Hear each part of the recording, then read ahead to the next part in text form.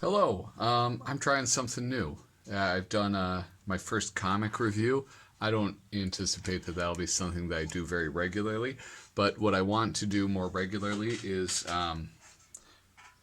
explore my Mad Magazine collection.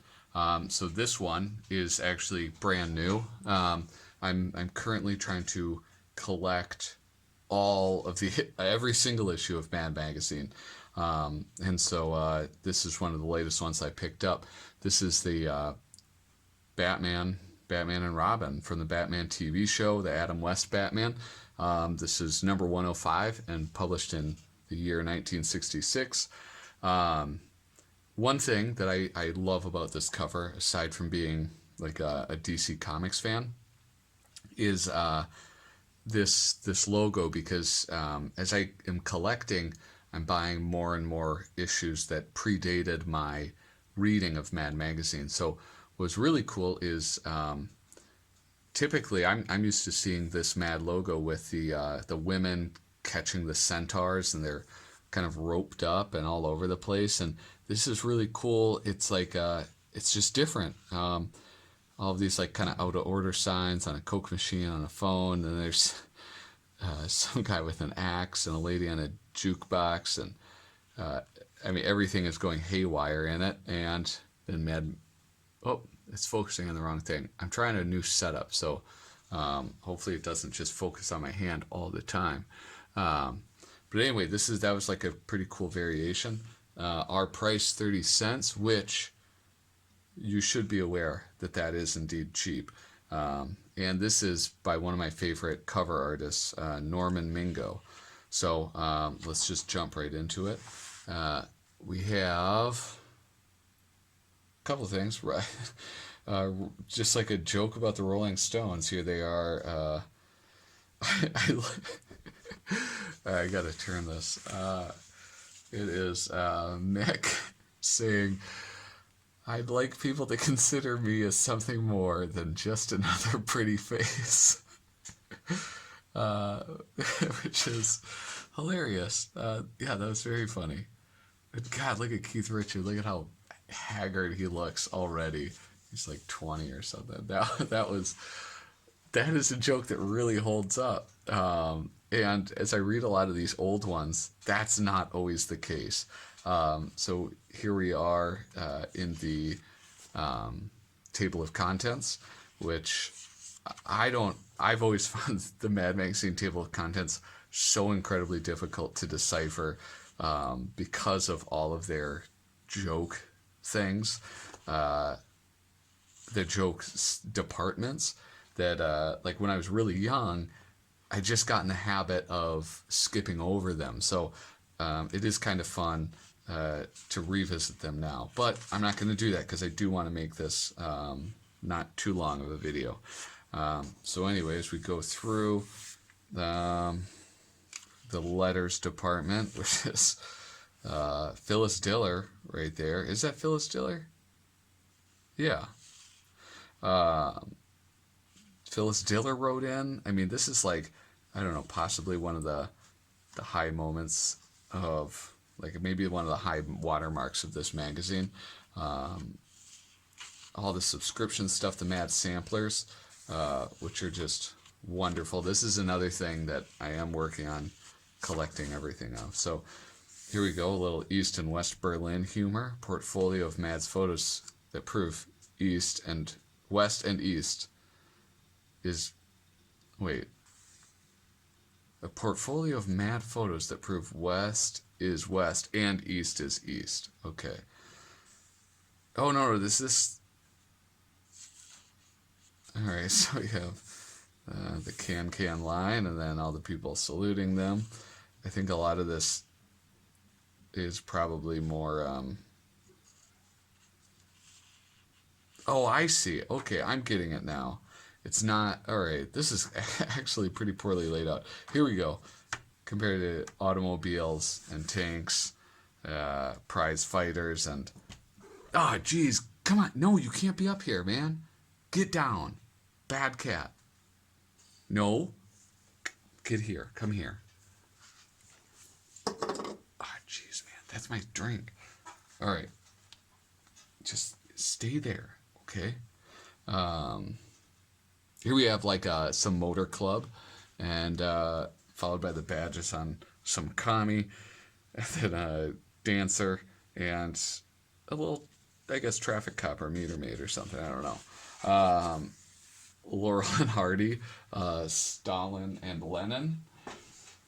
Oh, look at bread lines versus lines for the theater. And then Donald Duck Parade, and is that Mao? That's Chairman Mao. Yeah. So I mean, this is like their political stuff was on point for a while, I gotta say, and then it became a little much for me. It became a little too redundant, I guess, and just sort of like along the lines of popular belief. Batsman, here we go. Artist Mort Drucker. One of my complaints with a lot of this is like, not this in particular, but with some of their spoofs is, I mean, they're a topical magazine, but not all topics stand the test of time. So there are some gags and stuff. Uh-oh. This is kind of, this is fun.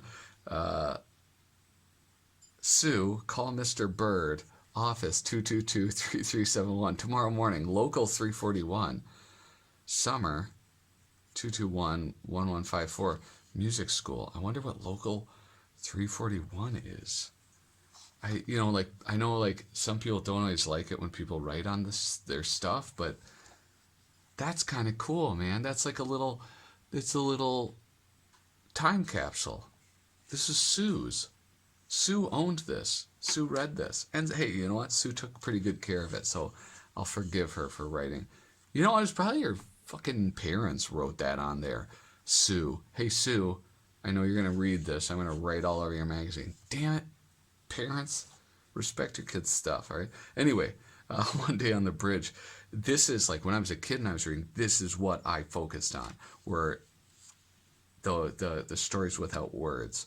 I mean, I mean, these are so, I don't know.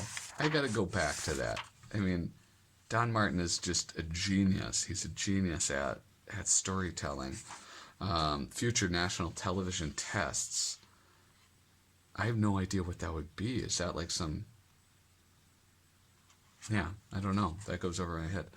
The lighter side of traveling.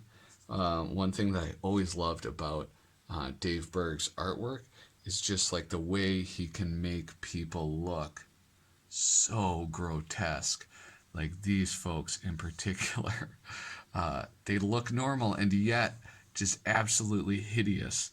And he does these awesome things like these little motion lines that capture so well the I don't know. It's just they don't capture anything, I guess, because it's not like as effective as like other ways of showing motion, but it's kind of it just adds something to the story. And I mean, that's like, he's another great person at telling stories in just short spurts. The Mad Licenses, James Bond, License to Kill, Jackie Gleason, License to Coast, Dean Rusk. Who? I'm sure that there might be somebody who's like grew up reading this and they're like, you don't know who Dean Rusk is? License to Shame, issued to the Beverly Hillbillies. No, Beverly Hillbillies. I loved that show. I would watch the reruns of that. License to Amaze, Durward Kirby, never heard of him. License to Be Pretentious, Hugh Hefner. And then License to Nauseate, Doris Day. Oh man. License to Be Overbearing, Jerry Lewis. License to Be... I really like... I'm from Minnesota, so this is very amusing to me. Hubert H. Humphrey. Any jokes about Humphrey or Mondale amuse me. So, License to Discuss, the Doublemint Singing Kids. And License to Steal, William M. Gaines. I love that. Here we go. Meanwhile, at the doctor's office from Don Martin. I'm not going to read all of this stuff out. I don't want to be a bore. Now, whenever I read things like this, what is a party pooper? Whenever I see these, I've gotten into the habit of trying to see if they're trying to spell anything out. This one is not. But Sergio Aragonés, I don't know how to pronounce his name. I should probably look it up. Doing the art on this, just beautiful. And Tom Koch. I'm not familiar with Tom Koch. That's not one of those names that has stuck around in my mind a lot. Mads Modern, believe it or not. Believe it or nuts. Jackie of all trades. So just putting Jackie Onassis or Jackie Onassis Kennedy on different magazines. Very amusing. Well, two things. One, Paul Coker Jr., I think like just his illustrations made these delightful. I mean, like, sorry, no offense, Phil Hahn and Jack Hanrahan, but this, I don't know, this sort of writes itself. You just compile the list of idioms.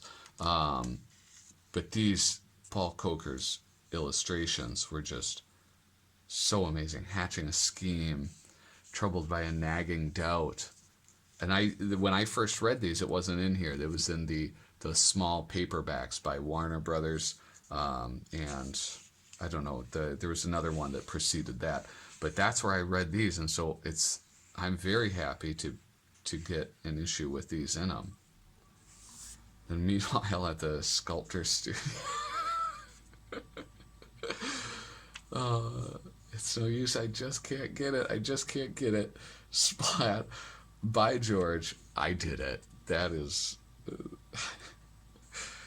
I don't know that I could tell as amusing a joke in cartoon form if I tried. Hullabadig a go-go. What is that? I don't know what that is. Just some music show, I guess. I don't know. Who's this artist, though? Jack Davis, all right. I look at these the background characters now. To me, that's like, it's always so easy. Like when I start seeing the background characters, how he draws them, that is like a big tip off. I don't always recognize it though, obviously. But on my Mad Magazine board game, he did the illustration on that, and it's amazing. And he has a bunch of people in the background just like losing their minds. It's wonderful. So anyway, let's see. So we have this music show. Great caricature of Bob Dylan. I guess one of them is the Ramones. I don't know who those ladies are. Specialized cookbook. Little kids cookbook. Cooking for one. Oh, that's sad. Because I feel like that one actually exists. The Dieter's Cookbook. The Teenage Cookbook. Cooking for the Filthy Rich. The Serviceman's Cookbook. Edible Garbage. Alright, a mad look at Shutins. Yes, so, this is when a mad look at wasn't owned by Sergio Aragonés. Now you say it and it's just, he is who you think of. And these older ones are quite amusing. I think that title is hilarious. Now their titles are so straightforward. Like a mad look at cell phones, and it's just jokes about cell phones, many of which are very funny. But a mad look at shut-ins, and it's all prisoners. That's a pretty amusing play on words. As much as I love Al Jaffe, though, it's just, come on. Sergio, he owns it forever. Oh, the spy that came in for the gold. I mean, this is like a Jean Le Carre book, and I don't know if I've ever seen the movie. So, but I mean, would this hold up, or is it just because I've read the book that I know this? But I guess it holds up. I say it holds up. And here we have a fold in. I'm definitely going to fold this in, and because somebody else already has. Well, Sue did. Sue folded in because she loved her Mad magazine. Last year, millions of campers and hunters were threatened by a fierce creature. This year, the hideous beast is again expected to pounce upon unwary people as they flock to forests and parks to enjoy the great outdoors. Look at this disgusting monster. Fold in page as shown above, right there. Smoldering, burning, angry eyes. Can you read that? Smoldering, burning, angry eyes are the key to the identity of the fierce beast. That puts a damper on the fun for people by the millions who go camping every year. I always try visually to see if I can figure it out, and I think I figured it out. It is, yes, Smokey the Bear. He's a real buzzkill. Oh, he's bringing summons because you didn't put out your fire properly. That's a fun. I like that. Very good. Anyway, then the back is a Bob Clark comic. Here we go. The King George, St. George and the Dragon. Wait, what? No, this isn't St. George. Because I don't know. Help me out. If I'm just an idiot. But this is a great issue, and I'm happy to include it into my collection. Right now, quickly approaching 400 issues. This is issue 398. Wait, no, 97. 397. So anyway, thank you so much for watching. If this is something that interests you, let me know. If you would like me to do more of these, or like maybe focus on a certain part of an issue instead of just like kind of going through all the pages and talking about whatever comes to my head, let me know. Anyway, yeah, thanks for watching. Toodaloo.